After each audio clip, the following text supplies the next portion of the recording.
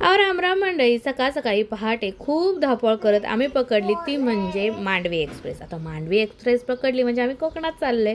तर आम्ही कोकणात कुठे चाललोय तर चिपळूणला चाललोय। तर मला खूप कंटाळा आला होता, सकाळची खूप धावपळ झाली होती, त्यामुळे वैताग आला होता। तरी हे निसर्गरम्य वातावरण बघितलं त्यामुळे खूप छान वाटत होतं। मांडवी एक्सप्रेसने आम्हाला सोडलं चिपळूण स्टेशनला आणि तिथून आम्ही निघालो ते म्हणजे ज्यांच्याकडे आम्हाला जायचं आहे त्यांच्या घरी जायला। तर निधी पण वैतागली होती सकाळपासून प्रवासाने, निशान पण कंटाळा होता।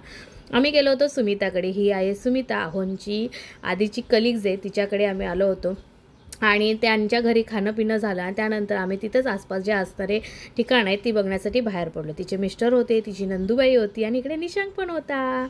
सो आम्ही निघालो तिथले परशुराम मंदिर जे खूप पुरातन आहे ते बघण्यासाठी आणि जो 20वा पॉईंट आहे तो बघण्यासाठी। इतकं निसर्गरम्य वातावरण होतं, हा 20वा पॉईंट बघण्याचा खरंच खूप छान वाटत होतं। त्या ठिकाणी आम्ही मस्त मस्त पोजी पिजी मारल्या आणि फोटो काढले आणि मग आम्ही निघालो ते महाराजांचं स्मारक बघण्यासाठी। हेही खूप सुंदर होतं, पण तिथे गेल्यानंतर मुलांची मस्ती तर चालूच झाली, कारण हत्ती घोडे बघितल्यानंतर ते मज्जा करायला लागले।